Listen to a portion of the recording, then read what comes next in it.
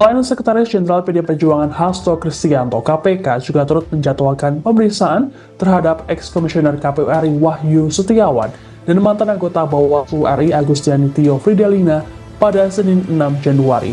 Beda dengan Hasto yang minta dijadwalkan ulang, Wahyu dan Agustiani sama-sama memenuhi panggilan KPK terkait kasus Harun Masiku ini.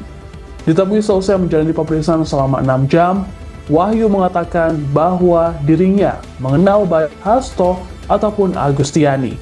Wahyu bahkan menyebut Hasto sebagai seniornya. Disinggung soal pemeriksaan oleh penyidik, Wahyu mengaku tak ada informasi baru yang ia berikan. Pasalnya, pertanyaan penyidik hanya mengulang seperti yang pernah diajukan sebelumnya. Lebih lanjut, Wahyu mengaku dirinya tak pernah berkomunikasi. Download Tribun X sekarang, menghadirkan lokal menjadi Indonesia.